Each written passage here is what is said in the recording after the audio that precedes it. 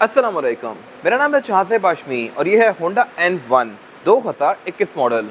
ये Honda N1 की second generation है जो कि वर्ल्ड वाइड 2017 से 2023 तक आई थी और 23 में इसकी पे नई शेप आ गई है। लेकिन ये गाड़ी लुक्स के लिहाज से बड़ी क्यूट सी है। होंडा की तरफ से ये काफ़ी अच्छा ऑप्शन है 660 सीसी कार्स में, इस तरह से कि इसमें फीचर्स बहुत अच्छे आते हैं। ये गाड़ी 660 सीसी है बट इसमें इलेक्ट्रॉनिक पार्किंग ब्रेक आती है, फिर इसमें रडार आता है, एडाप्टिव क्रूज कंट्रोल आता है, स्टीयरिंग व्हील इसका काफ़ी हद तक इनसाइड या सिविक से मिलता जुलता है और इसके अलावा इसमें और भी बहुत सारी चीज़ें आती हैं जो कि इसकी वैल्यू को जस्टिफाई करती हैं। फिर ये गाड़ी चूँकि होंडा है तो ये रिलायबल भी है। ये सब चीज़ें मैं कवर करूँगा इस रिव्यू के अंदर। फिलहाल अगर बात कीजिए इस गाड़ी की प्राइस की तो इसकी डिमांड 37.5 लाख रुपये है, 3750, और ये गाड़ी साइकिल मोटरस्पोर्ट के पास अवेलेबल है। अगर आपने इसके बारे में कोई इन्फॉर्मेशन लेनी है तो आप इस दिए गए नंबर पर कॉल कर सकते हैं या फिर आप साइकिल मोटरस्पोर्ट को विजिट कर सकते हैं जो कि रावलपिंडी में DH2 के गेट बंद के ऑपोजिट लोकेटेड है। साइकिल मोटर्स के टोटल 2 ब्रांचेस हैं, एक रावलपिंडी में मरी रोड पे। इन दोनों ही ब्रांचेस पे गाड़ियों की बाइंग एंड सेलिंग के साथ साथ गाड़ियों के काम भी किए जाते हैं जैसे कि tints, wrap, ceramic coating, PPF, graphene coating. यहाँ पे गाड़ियाँ फेसिलिटी भी की जाती हैं और इसके अलावा यहाँ पे फिर एक पेंट बुक भी अवेलेबल है। तो गाड़ियों की modification, buying and selling, car care या किसी भी तरह के काम के लिए cycle Motors and cycle motorsports is the place. Overall, it's a great 660cc car and today I'm going to review it. Let's start with the exterior of this car। लेकिन इस रिव्यू को शुरू करने से पहले मेरा चैनल सब्सक्राइब और इस वीडियो को लाइक जरूर कर लीजिएगा। अगर बात कीजिए इस गाड़ी के फ्रंट लुक की तो फ्रंट पे इसमें काफ़ी चीज़ें कॉपी की गई हैं मिनी कूपर से। मिनी कूपर में काफ़ी हद तक इस तरह की ही हेडलाइट्स आती हैं और उसमें फिर उसके आसपास DRL भी दी गई होती है सेम ऐसी ही, लेकिन वो थोड़ी सी बड़ी होती हैं और थोड़ी टिल्टेड होती हैं, बट लुक्स में काफ़ी हद तक ये उससे मिलती जुलती है। बाकी इसके अलावा अगर बात कीजिए फीचर्स की तो ये गाड़ी 660 सीसी है बट स्टिल इसमें हेडलाइट्स ऑटोमेटिक फीचर के साथ आती हैं, यानी कि ये डे और नाइट को सेंस करके ऑटोमेटिकली ऑन और ऑफ होंगी। और इसके अलावा यह है भी फिर बाइजन ऑपरेशन लैंप वाली। इसके अलावा फिर इसके आसपास ये ब्लैक एरिया कंटिन्यू करता है जो कि इसकी लुक को बेहतर बना रहा है। ये गाड़ी फॉग लैंप ऑफर नहीं करती, इसमें कुछ और वर्जन भी आते हैं। ये गाड़ी N1 है, फिर N-Wagon भी आती है, N-Box भी आती है। उन दोनों गाड़ियों में फीचर्स कंपैरेटिवली इससे भी ज़्यादा आते हैं, लेकिन ये गाड़ी मेरे ख्याल से साइज़ के लिहाज से सबसे डिसेंट है। सामने ये होंडा का लोगो दिया गया है जो कि नॉर्मल सा है। बोनट वगैरह इसमें सब कुछ लोहे का है, बोनट हो गया, फेंडर हो गया, डिग्गी हो गई, ये सब लोहे में है, जबकि इस कैटेगरी की बहुत सारी गाड़ियाँ ये चीज़ें प्लास्टिक की ऑफर करती हैं। फिर इसके अलावा ऊपर यहाँ पे इसका रडार दिया गया है जो कि इसके बहुत सारे फीचर्स को इनेबल करता है। बम्पर बाकी इसके नीचे नॉर्मल सा ही है, इसमें कोई खास फीचर्स नहीं दिए गए। पार्किंग सेंसर्स में फ्रंट में नहीं आते, सिर्फ बैक पे दिए गए हैं। और अगर बात की जाए इस गाड़ी की साइड प्रोफाइल की तो यहाँ भी सब कुछ नॉर्मल सही है। करेक्ट लाइन्स यहाँ पे काफ़ी डिसेंट सी दी गई हैं, ये कोई खास एग्रेसिव नहीं है, लेकिन फीचर्स यहाँ पे अच्छे आते हैं। इस तरह के इस गाड़ी के जो साइड मिरर हैं ये रिट्रैक्टेबल हैं, एडजस्टेबल हैं और उनमें ऑटो का फीचर भी आता है। और इसके अलावा इसके अगर डिज़ाइन पर गौर करें तो डिज़ाइन इसका काफ़ी हद तक विज़ल के साइड मिरर जैसा है, जैसे ये साइज में थोड़ा सा छोटा है। गाड़ी को लॉक अनलॉक करने के साथ साथ ये फोल्ड अनफोल्ड होगा, तो ये मेरे ख्याल से एक इंटरेस्टिंग चीज़ है। और इसके अलावा इस गाड़ी में कुछ चीज़ें कॉपी की गई हैं स्विफ्ट से या फिर मिनी कूपर से, और वो ये हैं कि इसकी जो रूफ़ है, इसके जो ए पिलर्स हैं ये बिल्कुल स्ट्रेट हैं। ऐसे ही स्ट्रेट ए पिलर स्विफ्ट में आते हैं या फिर मिनी कूपर में आते हैं, और ये गाड़ी काफ़ी हद तक स्विफ्ट का एक वर्जन लग रही है। स्विफ्ट ने रिसेंटली एक वर्जन लॉन्च किया है ब्लैक एडिशन वाला, वो गाड़ी सिल्वर और ब्लैक और ग्रे और ब्लैक में आती है। ये गाड़ी भी सिल्वर और ब्लैक रूफ के साथ है तो काफ़ी हद तक वैसे ही लग रही है। रूफ इसमें कंपनी से ही है, ब्लैक में आई हुई है। और इसके अलावा बॉडी इसकी नॉर्मल सी है, सिल्वर, साइड मिरर और रूफ इसमें ये डिफरेंट दिए गए हैं। फिर इसके अलावा बाकी इसमें डोर्स के अंदर स्मार्ट एंट्री आता है, यानी कि मैं इसको यही से लॉक अनलॉक कर सकता हूँ इस तरह से। और इसके अलावा इसमें क्रोम दिया गया है। और अगर बात की जाए इस गाड़ी की एब्सोल्यूट साइड प्रोफाइल की तो साइज़ के लिहाज से ये गाड़ी इस कैटेगरी की मोस्टली कार जैसी ही है। इस तरह की शेप में डाइटसू कास्ट भी आती है, लेकिन ये उससे ज़्यादा बेहतर है।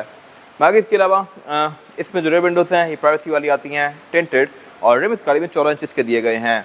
ये रिम डुअल कॉम्बिनेशन में है और ये भी वही थीम फॉलो करते हैं जो कि इसकी साइड पे रखी गई है, ब्लैक की और क्रोम की। रिम भी सेम इसी तरह क्रोम और ब्लैक के कॉम्बिनेशन में है और टाइप इसमें अच्छा लगा हुआ है ब्रिजस्टोन इकोपिया, जो मैं कवर करूँगा अभी डिटेल में। इसके अलावा इसमें एरियल एंटीना आता है रूफ पे, लेकिन इसकी लोकेशन वियर्ड सी है, ये ड्राइवर के ऊपर दिया गया है। वैसे गाड़ियों में बैक पे सेंटर में आता है या फ्रंट पे आता है, लेकिन इसमें आगे राइट कॉर्नर में दिया गया है। और अगर बात की जाए इस गाड़ी के इस वाले एंड की तो यहाँ पे गाड़ी आके एकदम से ख़त्म हो जाती है। डोर्स में अच्छे खासे मैसिव दिए गए हैं और इस वजह से इसमें एंट्री एग्जिट भी आसान है और इसके रेयर डोर्स ऑलमोस्ट 90 डिग्री के एंगल पे खुलते हैं, यानी कि ऑलमोस्ट पूरा ही सीधा, और इसकी वजह से इस गाड़ी में आप काफ़ी आसानी से बैठ और निकल सकते हैं।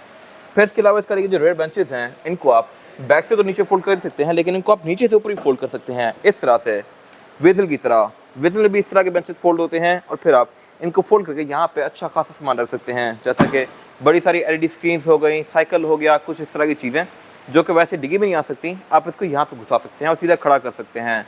तो ये मेरे ख्याल से एक बहुत अच्छी चीज़ है। फिर इसके अलावा इसकी चाबी के अंदर एक और फीचर भी आता है, जैसा कि मर्सिडीज़ या BM वगैरह ऑफर करती हैं। अब अगर मेरे पास की ये चाबी है और अगर मैं इस गाड़ी से इस तरह से दूर जाता हूँ तो ये खुद ही लॉक हो जाएगी, लाइक दिस। तो ये एक अच्छा सेफ्टी फीचर है। करीब आने पे अनलॉक नहीं होती, जो कि अगर होती तो मेरे ख्याल से अच्छी बात थी, बट अनलॉक आप इसको खुद करेंगे। और अगर बात की जाए इस गाड़ी के रेयर एंड की, तो ये भी लुक्स के लिहाज से अच्छा है। टेलर इसमें पूरी ये LED बार्स दी गई हैं और इसमें इंडिकेटर और रिवर्स के लिए भी ये छोटी छोटी LEDs दी गई हैं, जो कि इसकी लुक को बेहतर बना रही हैं। फिर इसके अलावा रेड विंडशील्ड भी इसमें अच्छी खासी मैसेज दी गई है। अब इसका कोई भी ग्लास देखें, काफ़ी बड़ा दिया गया है। बेशक वो साइड मिरर हो, विंडशील्ड्स हो, फ्रंट विंडशील्ड हो, साइड की विंडोज़ हो, छोटा क्वार्टर ग्लास वाला सीरीज में रखा ही नहीं गया, सब कुछ काफ़ी मैसिव है। और बाकी फीचर्स भी यहाँ पे अच्छे आते हैं। इस तरह से कि गाड़ी बैक पार्किंग सेंसर्स ऑफर करती है, बम्पर रिफ्लेक्टर्स दिए गए हैं, रेड विंडशील्ड वाइपर ऑफर करती है, ये गाड़ी स्पॉइलर ऑफर करती है। और अगर बात कीजिए ट्रंक कैपेसिटी की, तो यहाँ पे भी अच्छी खासी स्पेस दी गई है। यहाँ पर आप 4 से 5 लोगों के लगेज इजीली रख सकते हैं। और इसके अलावा यहाँ पर दी गई लिड को उठा के आप इसकी टूल किट एक्सेस कर सकते हैं। टूल किट भी इसमें कंपनी से प्रॉपर आती है। और इसके अलावा बाकी आप इसके रेयर बेंचेस को भी फोल्ड कर सकते हैं। ऊपर एक ब्रेक लैंप दिया गया है, रेयर विंडो प्राइवेसी वाली है, आप इस गाड़ी को यहीं से ही लॉक अनलॉक भी कर सकते हैं इस तरह से। और इसके अलावा यहाँ पे कुछ खास है नहीं। इसके बाद अगर बात कीजिए इस गाड़ी के इंटीरियर की, तो इसके लिहाज से भी ये गाड़ी डिसेंट है। यहाँ मटेरियल्स बहुत प्रीमियम यूज़ किए गए हैं और कलर टोन्स भी 2 रखी गई हैं, एक आइवरी और एक ब्लैक की। अगर बात की जाए इस गाड़ी की सीट्स की, तो ये लेदर और फैब्रिक के कॉम्बिनेशन के साथ हैं और ये प्रीमियम भी काफ़ी हैं। इन पर मैं आगे बात करूँगा अभी। फिलहाल अगर बात की जाए इस गाड़ी के स्टीयरिंग व्हील की, तो स्टीयरिंग व्हील की लुक इसकी काफ़ी हद तक सिविक या इनसाइड के स्टीयरिंग से मिलती जुलती है, क्योंकि कंट्रोल्स यहाँ पे सेम वैसे ही दिए गए हैं जैसा कि सिविक एक्स ऑफर करती थी। और राइट स्पोक जो है इसकी, ये भी काफ़ी हद तक इसकी इंटरनेशनल सिविक से मिलती जुलती है। यहाँ पे जो कंट्रोल्स दिए गए हैं ये क्रूज़ के हैं, लेकिन ये क्रूज़ क्योंकि एडप्टिव है, तो यहाँ पे इसका डिस्टेंस एडजस्ट करने का बटन भी दिया गया है। इसके MID के पीछे नेविगेट करने के कंट्रोल्स भी दिए गए हैं और यहाँ पे लेन कीपर असिस्ट भी दिया गया है। ये चीज़ें सिविक भी ऑफर नहीं करती पाकिस्तान में, तो ये मेरे ख्याल से काफ़ी अच्छी चीज़ है। ये जाके फिर सिविक RS नई वाली के अंदर आना शुरू हुई थी, जबकि बाहर इतनी छोटी छोटी कार्स में ये चीज़ आ रही होती है।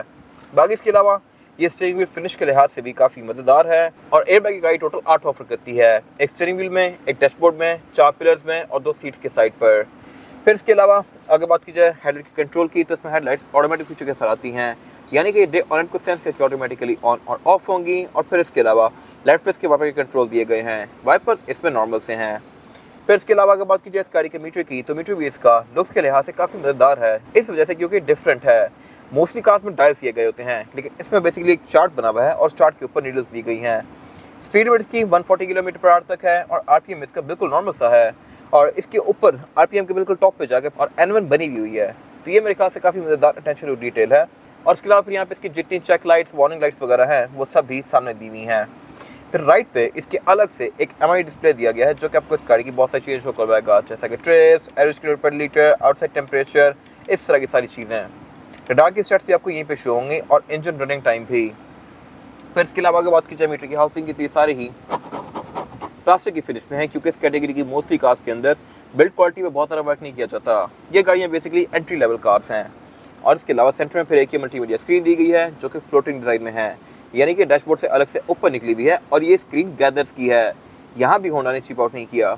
ये चीज़ इनसाइड में आती है, अकॉर्ड में आती है और फिर इस गाड़ी में भी दी गई है, जो कि पाकिस्तान में नॉर्मल सा एंड्रॉइड पैनल आता है। ये स्क्रीन फीचर्स के लिहाज से बहुत बेहतर है और ये गाड़ी के कंप्यूटर के साथ भी सिंक होती है। आप इस गाड़ी की बहुत सारी चीज़ों को यहीं से एक्सेस कर सकते हैं और इसमें GPS भी आता है। फिर इसके अलावा आप इसकी लैंग्वेज को भी चेंज कर सकते हैं। फिलहाल ये इंग्लिश में हुई भी है, तो आप इसको यूज़ भी कर सकते हैं। वैसे जापानी कार्स की स्क्रीन किसी यूज़ में नहीं आती, क्योंकि वो जैपनीज़ में होती हैं। फिर इसके अलावा उसके आसपास ये आइवरी पैनल दिया गया है। एयरवेंट्स का डिज़ाइन इसका काफ़ी इंटरेस्टिंग है, इस तरह से कि ड्राइवर के एयरवेंट्स जो हैं ये राउंड शेप में हैं, पैसेंजर के एयरवेंट्स ट्रेडिशनल एयरवेंट्स की तरह हैं। और इसके अलावा नीचे पे क्लाइमेट कंट्रोल दिया गया है। क्लाइमेट कंट्रोल की गाड़ी सिंगल जोन ऑफर करती है, लेकिन ये ऑटोमेटिक है। आप इसको इस तरह से डिफरेंट टेम्परेचर के बीच में एडजस्ट कर सकते हैं। फिर इसके अलावा इसमें डस्ट पार्टिकल फिल्टर भी आता है। इकॉनमी मोड यहाँ पे दिया गया है और इसकी पार्किंग ब्रेक भी इलेक्ट्रॉनिक आती है। ये अगेन मेरे ख्याल से एक बहुत अच्छी चीज़ है। इलेक्ट्रॉनिक पार्किंग ब्रेक मैंने 660 सीसी कार्स में सिर्फ इसी गाड़ी में देखी है, बाकी सब गाड़ियाँ हाथ से खींचने वाली ब्रेक ऑफर करती हैं। ये बिल्कुल इनसाइड या सिविक जैसी ब्रेक है, इसको आप रिलीज या एंगेज भी उसी तरह ही करेंगे, लाइक दिस। और इसमें ब्रेक होल्ड भी आता है। फिर उसके पीछे इसका गेयर सिलेक्टर दिया गया है। इसमें जो गेयर सिलेक्शन है वो है PRND और स्पोर्ट्स की। और इसके अलावा फिर नीचे यहाँ पे 3 पावर आउटलेट दिए गए हैं। आप यहाँ से फ़ोन भी चार्ज कर सकते हैं और एक USB का इंसर्ट है। और इसके अलावा फिर नीचे यहाँ पे एक ड्रॉर दी गई है जहाँ पर आप कुछ अपना छोटा मोटा सामान रख सकते हैं। फिर पीछे एक 12 वोल्ट का पावर आउटलेट भी दिया गया है अलग से, और इसके अलावा एक कप होल्डर दिया गया है। फिर एक ड्रॉर है यहाँ पे, और सेंटर वाला एरिया ओपन ही है क्योंकि इसकी जो हैंड ब्रेक है वो यहाँ पे इलेक्ट्रॉनिक दे दी गई है, तो उसकी वजह से इसका सेंटर वाला एरिया काफ़ी हद तक खाली हो गया है। यहाँ पर अगर आप सेंटर कंसोल लेके लगवाना चाहें तो वो भी लगवा सकते हैं। फिर पीछे यहाँ पे एक और एरिया दिया गया है जहाँ पे ये बेसिकली कप होल्डर टाइप की जगह दी गई है, और अगर आप इसकी पार्टीशन निकाल दें तो इस पार्टीशन के नीचे भी ये एन वैगन बनी हुई है और एन लिखा हुआ है। तो नाइस नेचुरल डिटेल। होंडा अपने जो सेंटर कंसोल्स की लिड होती हैं उन पे काफ़ी वर्क करता है। अगर आप नई वाली सिविक आरएस देखें 2024 मॉडल 23 मॉडल, तो उसकी भी जो लिड होती है सेंटर कंसोल की, उसके नीचे सिविक बनी हुई है और टैगलाइन दी हुई होती है the civic history goes on. Same goes for this car, यहाँ पे एन वैगन बनी हुई है। तो यहाँ मेरे ख्याल से होंडा को पूरे नंबर चाहते हैं। फिर बाकी अगर बात कीजिए इस गाड़ी की सीट्स की, तो बिल्ड क्वालिटी के लिहाज से अच्छी हैं। सीट्स में इसके सेंटर में फैब्रिक दिया गया है ताकि आपको स्वेटिंग ना हो, साइड्स पर लेदर दिया गया है ताकि आपकी ग्रिप अच्छी रहे, और इसके अलावा ड्राइवर की सीट के अंदर हाइड्रोलिक भी आता है, यानी कि मैं इसकी हाइट को भी रेस और लोअर कर सकता हूँ अपनी मर्जी के लिहाज से। इस तरह से ये चीज़ आपको यूजुअली सिविक वगैरह के भी टॉप ऑफ लाइन वर्जन में देखने को मिलती है, छोटी कार में ये चीज़ नहीं आती, बट इसमें दी गई है। इसके अलावा ड्राइवर की विंडोज़ की सिंगल टैप वाली आती है, बाकी सारी विंडोज़ नॉर्मल हैं, और इसके अलावा साइड मिरर भी इस गाड़ी के रिट्रैक्टेबल है। इनको मैं गाड़ी के अंदर बैठ के फोल्ड अनफोल्ड कर सकता हूँ, और ये ऑटो रिट्रैक्ट भी करते हैं।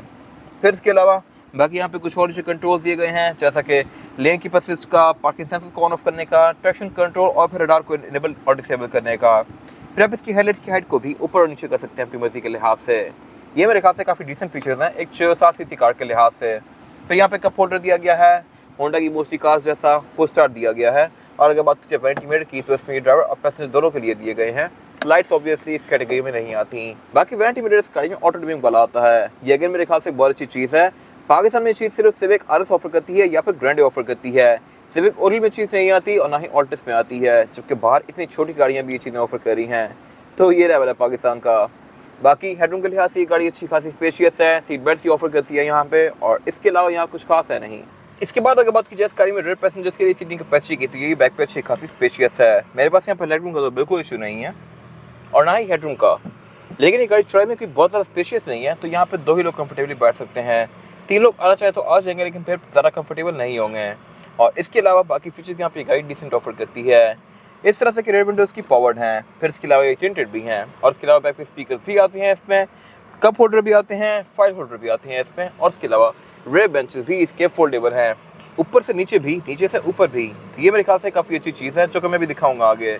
बाकी गाड़ी बैक पे आईआरएस के पोर्ट्स ऑफर करती है, सीट बेल्ट ऑफर करती है, इसमें एयर बैग्स भी आते हैं, और बैक पे पैसेंजर्स के लिए लाइट भी दी गई है। रेयर सीट्स नीचे से ऊपर इस तरह फोल्ड होती हैं कि अगर मैं यहाँ पे उतर के इसको नीचे से ऊपर करूँगा तो ये इस तरह से अनलॉक हो जाती है, और जब मैं इसकी लेग को फोल्ड करूँगा तो ये लॉक हो जाएगी, अभी आगे नहीं आएगी। और यहाँ पे आराम से मैं साइकिल या कोई वॉशिंग मशीन इस तरह की चीज़ रख सकता हूँ। तो ये मेरे ख्याल से बहुत अच्छी चीज़ है, और ये गाड़ी की केबिन की यूजेबिलिटी को भी बहुत ज़्यादा बढ़ा देती है।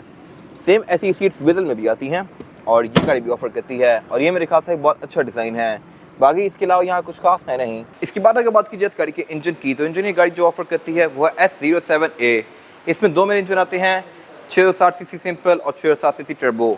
ये गाड़ी 660 सीसी सिंपल है, इसमें टर्बो इंजन भी आता है जो कि पावर के लिहाज से इससे थोड़ा सा बेहतर होता है। अगर बात कीजिए परफॉर्मेंस फिगर्स की, तो ये गाड़ी 58 हॉर्स पावर प्रोड्यूस करती है, और जो टर्बो वाली कार होती है वो 68 या 70 हॉर्स पावर प्रोड्यूस करती है, क्योंकि बहुत ज़्यादा डिफरेंस नहीं है। ये गाड़ी भी शहर के अंदर यूज़ करने के लिहाज से ठीक रहेगी, और इसके अलावा एवरेज के लिहाज से ये थोड़ी सी बेहतर होती है, जो कि इस गाड़ी का पॉइंट है डेफिनेटली। ये गाड़ी को एवरेज तकरीबन 20-22 किलोमीटर पर लीटर तक की दे सकती है अगर आप इसको प्यार से चलाएंगे तो। ट्रांसमिशन इसमें CVT आती है, इंजन बेस का काफ़ी टाइटली पैक्ड है, और ये इंजन क्योंकि होंडा का है तो यहाँ पे डिटेल्स बेहतर दी गई हैं। इसमें जगह जगह होंडा की बैचिंग दी गई है, ऊपर भी होंडा का बैच आता है, जबकि अगर आप बाकी 660 सीसी गाड़ियों के इंजन देखें तो वो बिल्कुल बेसिक से होते हैं, उन पर कोई बैच भी नहीं दिया गया होता। बाकी इसके अलावा बैटरी इसमें ऑलमोस्ट ब्रांड न्यू ही है। इसमें ABS, traction control, drive modes, इस तरह की बहुत सारी चीज़ें आती हैं जो कि इसकी राइड को बेहतर बनाती हैं। और इसके अलावा बोनट के अंदर इसकी कोई खास इंसुलेशन वगैरह नहीं दी गई। पेट्रोल आप इसमें आम यूज़ करें, कोई हाई ट्यून वगैरह की खास जरूरत नहीं है, और बाकी मेंटेनेंस के लिहाज से भी इंजन कोई खास महंगे नहीं पड़ते।